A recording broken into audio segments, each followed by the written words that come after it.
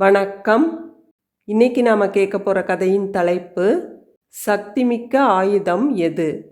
இப்போ கதை எப்படி இருக்குதுன்னு கேட்கலாம் வாங்க. இந்த அவசர யுகத்தில் எதிலும் நமக்கு பொறுமை இல்லை.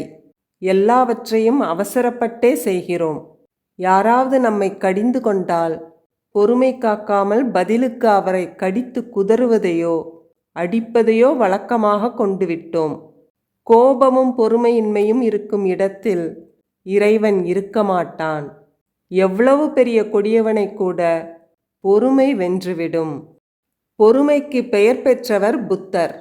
கயா நகரில் புத்தர் தங்கியிருந்தார். அப்போது அங்கு ஒரு நாத்திகனும் இருந்தான். ஆசையே அழிவுக்கு காரணம். எதிலும் பற்றற்று வாழ வேண்டும், இறைவனிடம் தீராத பக்தி கொள்ள வேண்டும் என்று புத்தர் போதித்து வந்தது அவனுக்கு சிறிதும் பிடிக்கவில்லை. புத்தரிடம் எல்லோரும் பக்தியும் மரியாதையும் கொண்டிருப்பதைக் கண்டு பொறாமைப்பட்டான். ஒரு நாள் புத்தர் தியானத்தில் இருந்தார். அப்போது அங்கு வந்தான் நாத்திகன். தியானத்திலிருந்து விழித்த புத்தர் நாத்திகனை வரவேற்றார். ஆனால் நாத்திகனோ புத்தரை வசைமாறி பொழிந்தான். புத்தரை மிகவும் கீழ்த்தரமான வார்த்தைகளால் திட்டினான். நீ ஒரு கபடதாரி, மக்களை ஏமாற்றுகிறாய். இந்த இடத்தை விட்டு சென்று விடு, இல்லாவிட்டால் விரட்டி அடிப்பேன். உன்னால் இந்த நாட்டில் கடவுளை நம்பி மக்கள் வாழ்க்கையை கெடுத்து கொள்கின்றனர் என்று கத்தினான். புத்தர் சிரித்தபடியே இருந்தார். அடுத்த நாளும் நாத்திகன் வந்தான். புத்தரை மீண்டும் திட்டினான். தினமும் நாத்திகன் வருவதும் புத்தரை தரக்குறைவாக திட்டுவதும் அவர் சிரித்தபடியே கேட்டுக்கொண்டிருப்பதும் தொடர்கதையாகிவிட்டது. இதை பார்த்த பக்தர்கள் மிகவும் வேதனைப்பட்டனர்.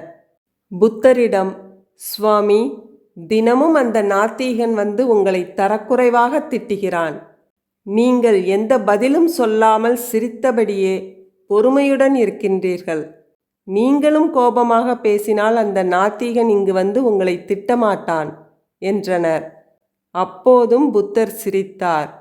மறுநாள் புத்தரை காண பக்தர்கள் கூடியிருந்தனர். நாத்திகனும் வந்தான். வழக்கம் போல திட்டினான். புத்தர் சிரித்தார். இந்த முறை நாத்திகனுக்கு மிகவும் ஆத்திரம் வந்துவிட்டது. நீ என்ன செவிடனா? எவ்வளவு கீழ்த்தரமாக திட்டியும் பாறாங்கல்லை போல அப்படியே இருக்கிறாயே. மனிதனாக பிறந்தவனுக்கு ரோசம் இருக்க வேண்டும் என்று கத்தினான் நாத்திகன். அப்போது பக்தர் ஒருவர் புத்தரிடம் பழங்கள் பூக்களை வைத்து வணங்கினார். அதை தொட்ட புத்தர் பக்தரிடமே திருப்பிக் கொடுத்தார். பிறகு பேசினார். இப்போது பக்தர் கொடுத்த பொருளை நான் ஏற்றுக்கொள்ளவில்லை. அதனால் இந்த பொருட்கள் யாரை சேரும்? அந்த பக்தரைத்தானே. நீ திட்டுவதையும் நான் கேட்டுக்கொண்டுதான் இருந்தேன். நான் செவிடன் அல்ல. உன் திட்டு, அவமதிப்பு எதையும் நான் ஏற்றுக்கொள்ளவில்லை. அவற்றை நான் ஏற்றுக்கொள்ளவில்லை என்றால் அது யாரை சேரும்? உன்னைத்தானே என்றார் புத்தர். இதை கேட்ட நாத்திகன் புத்தரின் காலில் விழுந்தான். சுவாமி, என்னை மன்னித்து விடுங்கள். எவ்வளவு கொடிய புத்தி படைத்தவன் நான். உங்களை எவ்வளவு கீழ்த்தரமாக பேசினேன். அதை ஏற்காமல் என்னிடமே திருப்பி கொடுத்து விட்டீர்கள். உங்கள் பொறுமை என்னை மாற்றிவிட்டது.